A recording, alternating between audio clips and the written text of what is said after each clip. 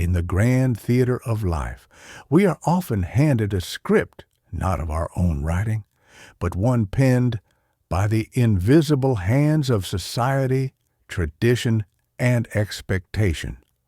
From the moment we draw our first breath, we are subtly, and sometimes not so subtly, nudged onto a path paved with shoulds and musts.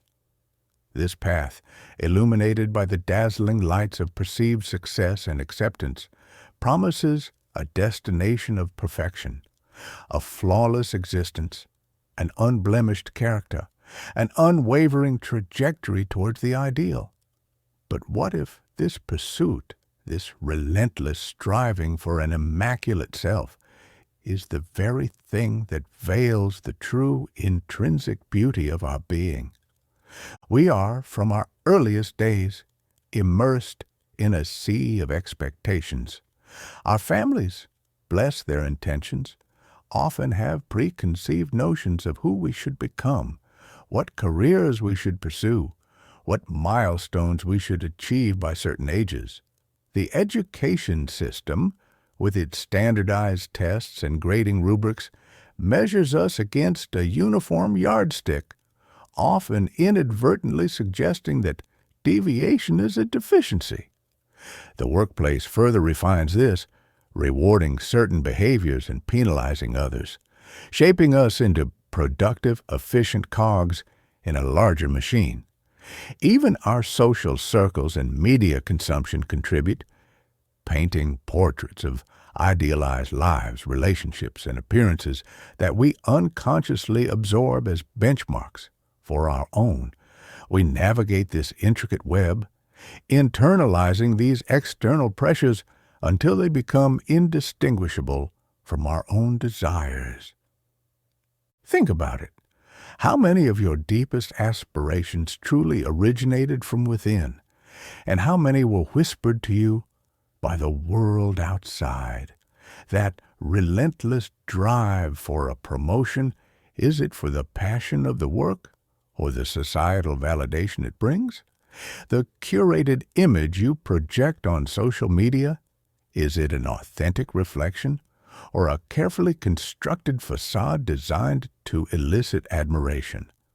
So often, what we fervently chase is not a deeply personal yearning, but an echo of someone else's dream, an inherited ambition. And then, when we inevitably fall short of these often unrealistic, externally imposed ideals, a harsh inner critic awakens, berating us for failing to achieve what was perhaps never truly ours to begin with. This self-blame becomes a heavy cloak, obscuring our inherent worth. Self-criticism in its balanced form is a vital cognitive tool. It's the inner voice that allows us to reflect on our actions, learn from our mistakes, and adapt our behavior to foster harmonious social interactions. It is, in essence, a mechanism for growth and social cohesion, enabling us to be accepted by our group, our tribe. However, when this inner critic becomes hypertrophied, when its sole mission transforms into a relentless crusade for flawlessness, it morphs into a pathological tyrant. It whispers insidious lies. You are not good enough. You must not fail. You must be perfect to be loved. This pursuit of an immaculate, error-free existence is not only exhausting, but profoundly damaging. Often, this insatiable hunger for perfection, this desperate need to avoid error and present an unblemished front, is rooted in a far more primal yearning, the desire to be loved and accepted. This longing frequently traces its origins back to our earliest experiences in childhood. As children, we are profoundly dependent on our caregivers. Their approval, their affection, their acceptance are tantamount to survival. If, for whatever reason, we perceived that love and acceptance were conditional upon being good, quiet, successful, or problem-free, we learned to adapt. We began to meticulously sculpt ourselves, or at least the version of ourselves we presented to the world, to fit the mold that we believed would guarantee us that vital sense of belonging and love. The fear of rejection, of not being lovable as we truly are, can embed itself deep within our psyche, fueling a lifelong quest for an unattainable perfection. The realm of psychoanalysis, pioneered by Sigmund Freud, offers profound insights into these internal dynamics. Freud's model of the psyche, with the ID, ego, and superego, helps us understand the forces at play. The superego, in particular, can be seen as the internalized voice of societal and parental authority, embodying our moral conscience and our ego ideal, the image of the perfect self we aspire to be. When the superego is overly harsh and demanding, it generates immense guilt and anxiety, constantly measuring our actual self against this idealized, often impossible standard.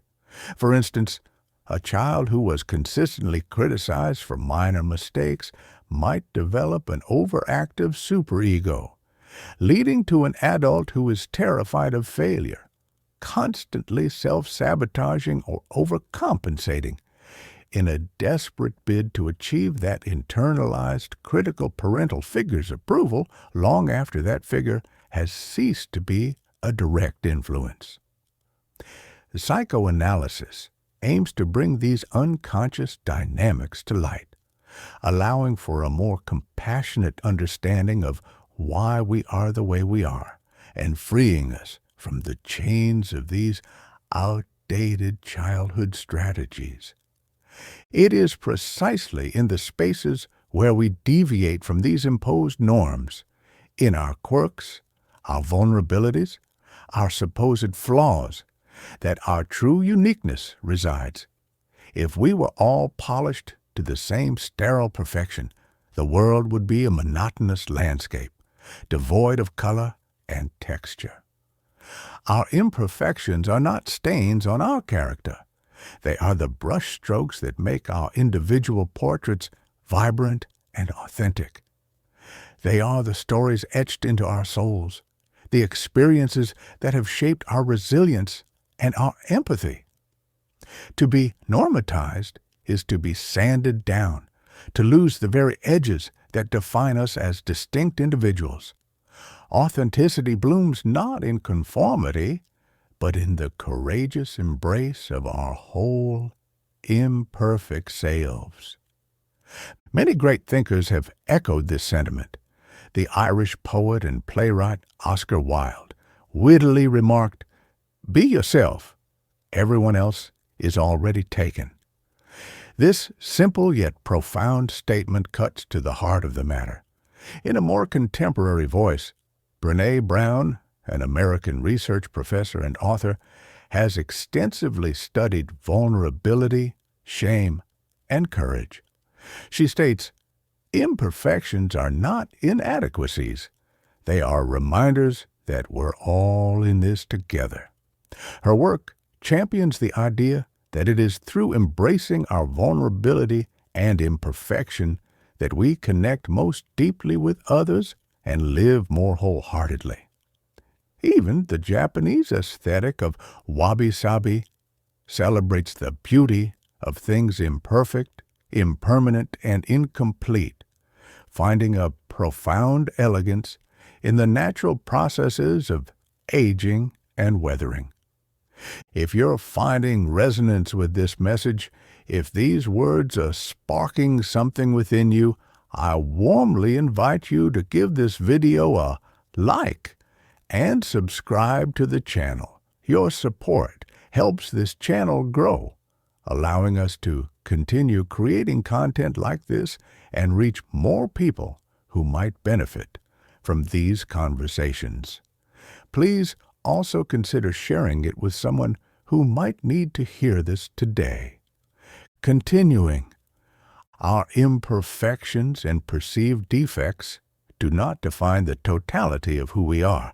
Instead of viewing them as liabilities, we can begin to see them as assets that add depth, character, and value to our lives and our interactions with the world.